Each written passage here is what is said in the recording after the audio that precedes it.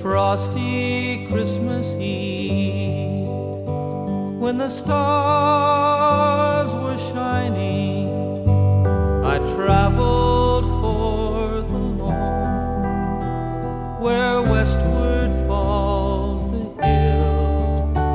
and for many, many a village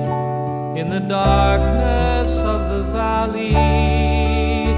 distant music reached me,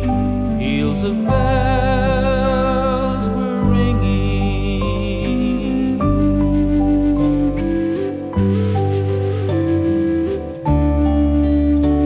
Then sped my thoughts to olden times, to that first of Christmases,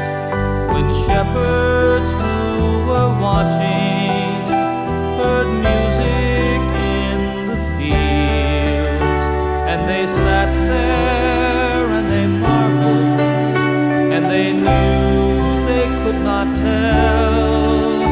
whether it were angels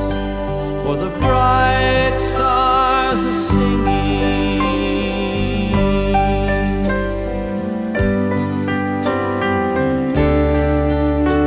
But to me, heard afar, it was stars